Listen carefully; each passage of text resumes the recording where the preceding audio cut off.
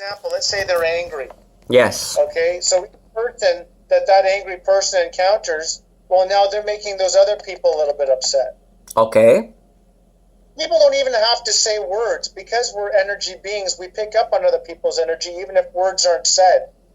Totally. So if someone's having a bad day, well, you're going to be one's going to be transposing that to other people. Now, again, it's up to each person as to whether or not they decide to accept or reject it.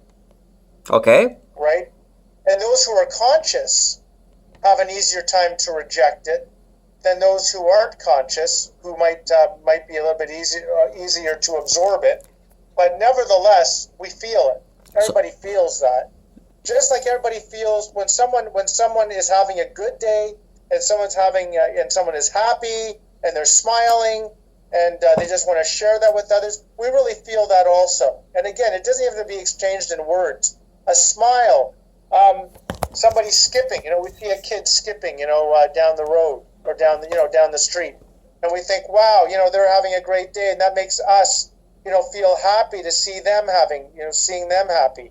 And it gives us joy to experience someone else having joy.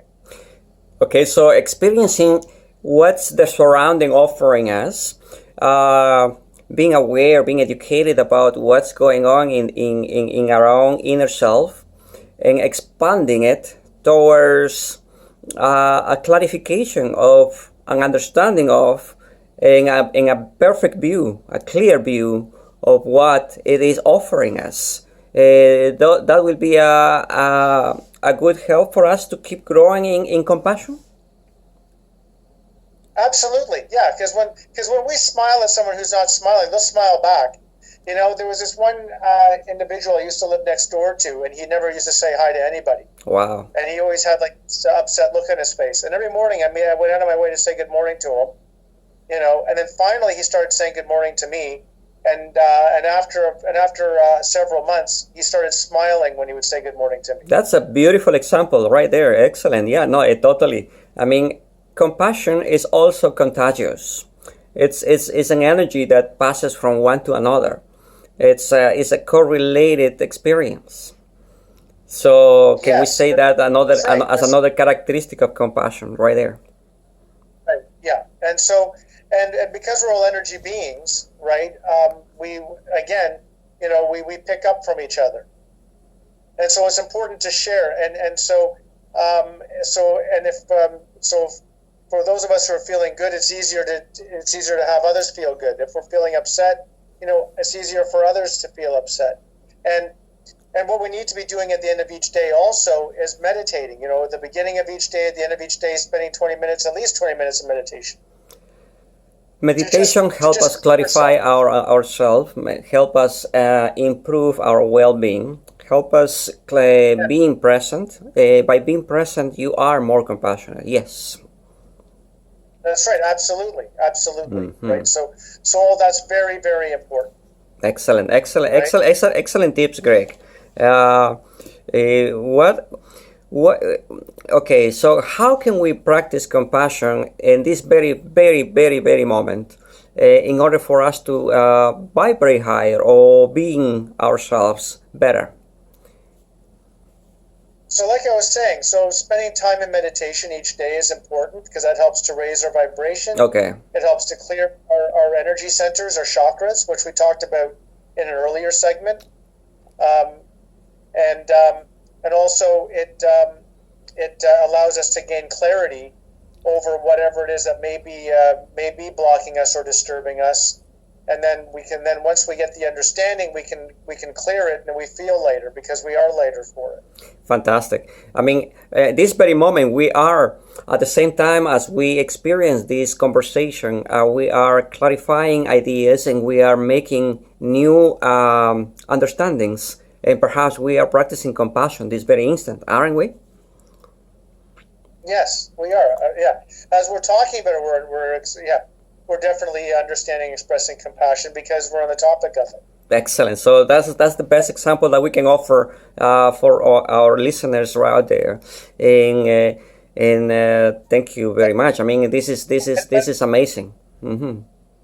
Yeah, thank you. And when we're talking about compassion for people, where it's also important when I was talking about nature to have compassion for the different animals that are out there, for the trees. A lot of people don't understand that the trees have feelings as well, and they're also energy beings in of themselves.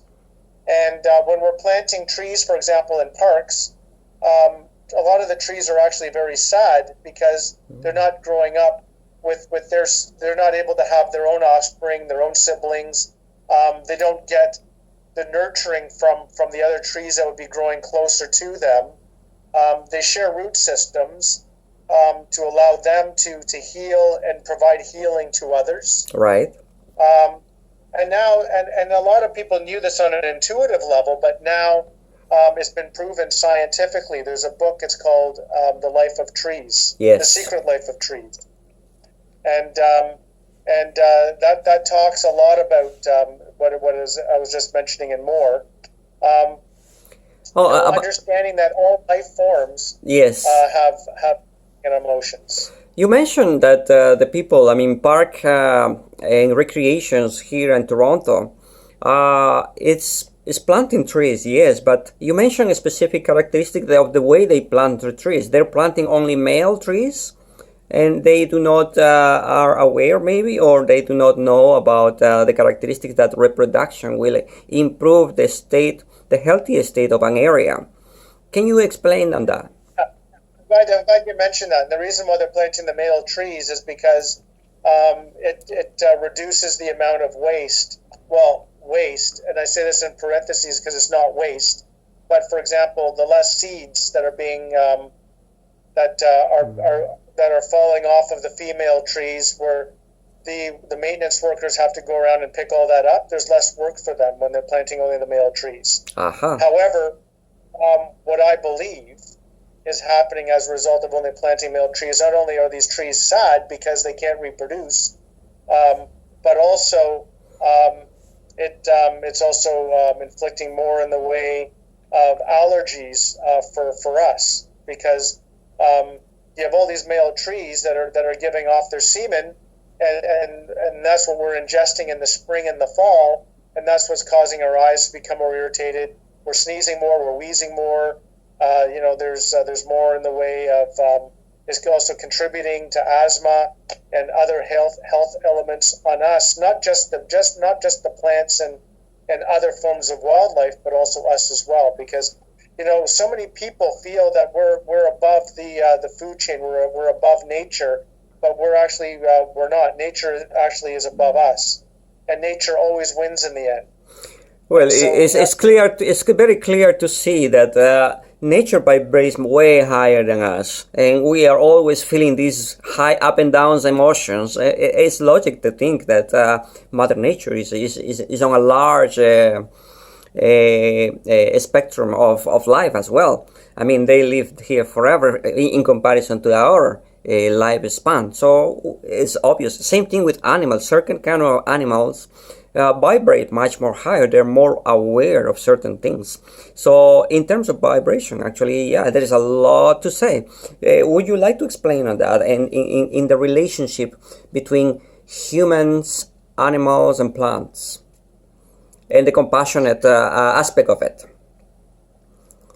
So in terms of compassion for plants and animals, and trees are within those plants, and so are flowers, we have to understand that we're a part of the system.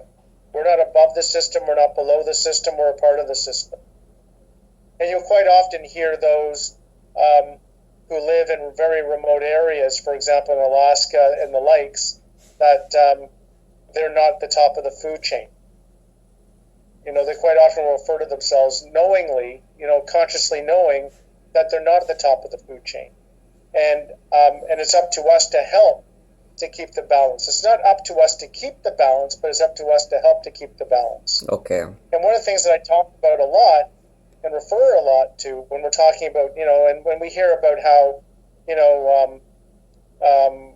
when there's too much of a certain animal species, we'll go in and we'll do what's known as culling, where we're eradicating a certain percentage of a certain type of animal if we feel that there's too many in a region. And the reason why there's too many in a region is because we're encroaching on their territory. Oh. Because I'm a firm believer that we as a species, as a human species, are overpopulated. And because we're overpopulated, we have no choice but to encroach on the lands of plants, trees, and wildlife. Yes. And so what happens is that the wildlife that we're afraid of, well, they're being backed more and more into a corner that they can't get out of, and they have no choice but to come out and find themselves in our urban settings. And then all of a